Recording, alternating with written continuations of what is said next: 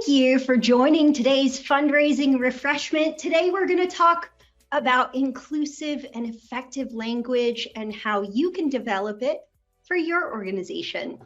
Before we get started, hi, I'm Erin, Group Creative Director here at RKD. I've been in fundraising since 2005, and I've partnered with nonprofits across all sectors and in all channels. And I really love collaborating to develop strategic, creative, especially testing and learning to propel programs forward. And I'm so glad to be talking about this topic with you today. If you have any questions, feel free to just drop them in the chat and we'll follow up after the webinar. Otherwise, grab your refreshment of choice and let's get started. So today's treat, we're talking about inclusive language, and inclusivity really requires us to go beyond our accustomed ways of thinking. But why is it important? What's the big deal? Three things, right? First is just acknowledging the existence of unconscious bias and taking steps to address that, right? Increasing awareness of the assumptions that we make, the stereotypes that we hold, and then choosing to cultivate a more inclusive and equitable society where everyone has dignity and respect. Next is really focusing on humanity and being more compassionate. We want to avoid otherizing, and we especially don't want to pit us against them in the language that we use. So we really need to be mindful that we're not implying that someone who needs help is somehow less than, right? We want to make sure that we understand that a person may be going through a situation in their life, but these circumstances don't define them. And then lastly, it reinforces your organization's commitment to your values. It helps build stronger relationships with your supporters, creates a sense of belonging among your audience, and all of this can lead to increased trust, better loyalty, and more support for your organization's mission and goals. So let's hang out here for a second and talk about unconscious bias. What exactly does that mean? And here's the tricky thing about it, is that we all have unconscious or implicit biases. These are the underlying attitudes and stereotypes that influence our understanding, how we act, even the decisions that we make, but we might not be consciously aware of these things. They formulate without us even realizing it, and then they're perpetuated through repetition and reinforcement of stereotypes and assumptions over our lifetime. But once we're open to recognizing these things, it's much easier to understand that the ways we choose to communicate can be interpreted very differently depending on someone's background and experiences. So things like race, ethnicity, gender, socioeconomic status, sexual orientation, disability, or other distinctions that identify unique characteristics in someone can all influence how that person experiences and interprets something. Here is an example that I just recently came across. I was blind to what was going on. This idiom is pretty common, but after some thoughtful consideration, it's problematic. It implies that blindness means ignorance. And this type of language misuse can contribute to incorrect stereotypes about people with blindness or vision impairment. It can create misconceptions. And it's subtle, but it's significant. And this is just one example of things that can fly under the radar, but may warrant a bit more sensitivity and awareness. So how do we really incorporate this, right? The degree to which you incorporate these principles should align with your organization's mission and values. The way we communicate is an outward expression of our respect for others. And it's represented through the choices that we make in terms of language, in terms of the stories we choose to convey, the sources that we talk with, the image selection, the framing of our message, and even down to the specific words that we use. And it can be as small as the details that we choose to include or not include. All of these things are subject to interpretation and should meet our standards for inclusivity. Now, what does that mean?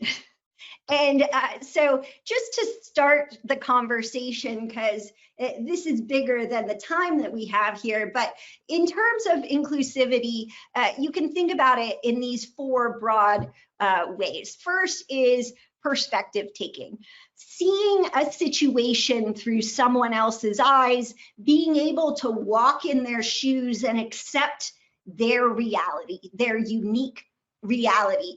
It is acknowledgement of the ways that we differ. This is really diversity. Next is staying out of judgment. Not everyone shares the same perspective, and so don't jump to conclusions. We need to be welcoming and supporting, respecting, and valuing of all individuals and groups. And this tolerance is inclusion. It is diversity in practice. Next is just common ground through vulnerability. It builds on those first two. The knowledge that any one of us could find ourselves in a difficult situation and that we're all vulnerable to things that are out of our control. When these three things come together, we get to a sense of belonging, right? This is togetherness, giving dignity and respect to all members of the community. And the system's really functioning to make all people, no matter their differences, feel welcome. It's a place where no one feels that their inclusion is in question or that they are somehow less than. This is equity. This is getting what we need to thrive. There are some foundational elements that underlie those four things. And the first is humanity. We talked about this last time, where we don't want to define people by the situation that they're in, but instead to describe their current circumstances as something they're going through, not a flaw in them as a person. Next is authenticity. We need to be straight with people. We need to not use over-the-top sensationalism or exploitative language. You know, we can still talk about urgency, but we should base that urgency around the need or the problem. We need to make the language we use relatable and conversational. This goes back to our Listen Up research, right? Where we say talk with donors, not at them. Lastly, it's okay to be need-driven. We should be need-driven. We still should be talking about need, impact, and solution to our donors. We should be presenting a problem that these donors care about and show them how they can make a positive impact, but not overload them with false optimism. Donors still need to know that the problem still exists and that they can make a difference. And it's okay to incorporate gratitude, but don't let it overshadow the ongoing need. Some high-level insight into how to shift the language. Just some examples here. On the left, we've got the more traditional way of making the donor the hero. Saying you're the only one who can help. And we've updated it to be more inclusive in the right-hand column to say together we can make a difference.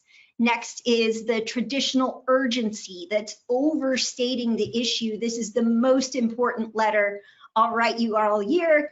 We have a tendency to put that in multiple letters per year. This updated to be more direct about the real problem and what's actually at stake. So surging prices have cut into all our family budgets. That creates a sense of true urgency without having to manufacture it. And then finally, in this example, traditional fundraising language that defines someone by their circumstance. Your donation will feed the poor. Updated to a more clear call to action that offers more dignity and respect. Please give to help our neighbors in need. Now, it's a little more vague, but you can still go on to clarify further that the donation will provide food and other tangible solutions, but we're just being much more intentional about our word selection.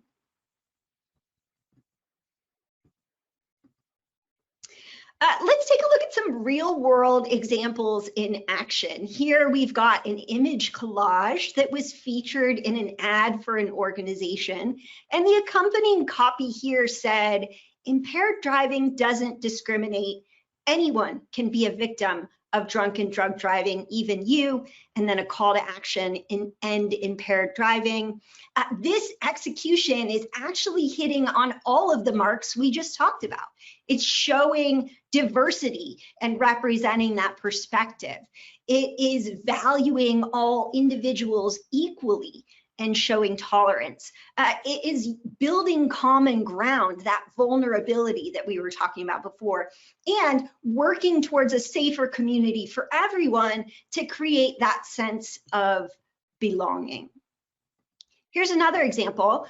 This is great common ground language that is still really need heavy and conveys urgency from a food bank.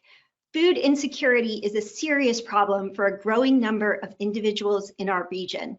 Nourishing food is fundamental to all of our well-being, but accessing this crucial necessity is more challenging for some people than others. It's estimated that families this year will spend an extra $460 per month on things like food, transportation, and housing. That number is astonishing and a tipping point towards food insecurity for many neighbors. People experiencing hunger frequently face an increased risk for chronic health conditions. That's because their tight budgets lead to lower quality diet and even skipped meals. Salutation, it's going to take all of us to answer the challenge of hunger.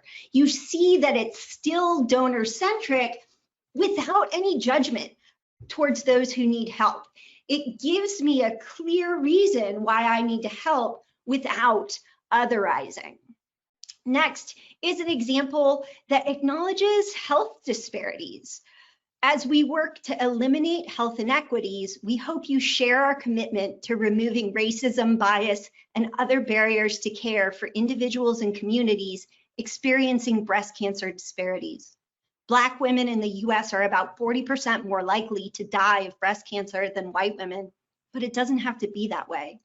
Everyone is at risk of breast cancer, but some of us are at higher risk than others. Black women often diagnosed at younger ages, at later stages, and with more aggressive breast cancers, leading to limited and costly treatments with poor prognosis.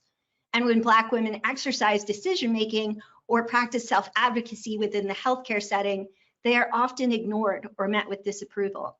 For some women, past experiences of not being listened to by their providers leads to delays in treatment and deepening mistrust. Your partnership ensures we can change the future of breast cancer treatment for everyone.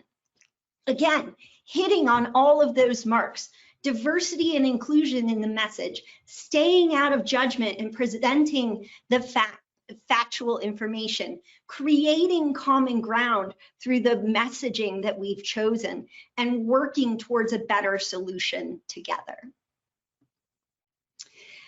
I want to acknowledge that this is not an easy shift for some. These ideas can be really challenging to some of your donors, and the key is to continue to keep an open mind and respect the feelings of others, regardless of whether or not you agree with them. And just be confident and consistent in your choices when you communicate. Incorporating inclusive language really is taking a stand. It's based on your values as an organization, and living it just reinforces that value set. The way that you communicate should change over time as you continue to grow and evolve, and your committed donors will continue to grow and evolve with you. That's a wrap for me. Remember to drop any questions, comments, or thoughts in the chat, and be sure to tune in next time for the charismatic Billy Beaudry on May 4th at 1:30 Central. He'll be talking about how to build stories around your content. You don't want to miss it. Remember to check out our website, rkdgroup.com/webinars, to see all of our past, present, and future episodes. Thanks so much. See you next time.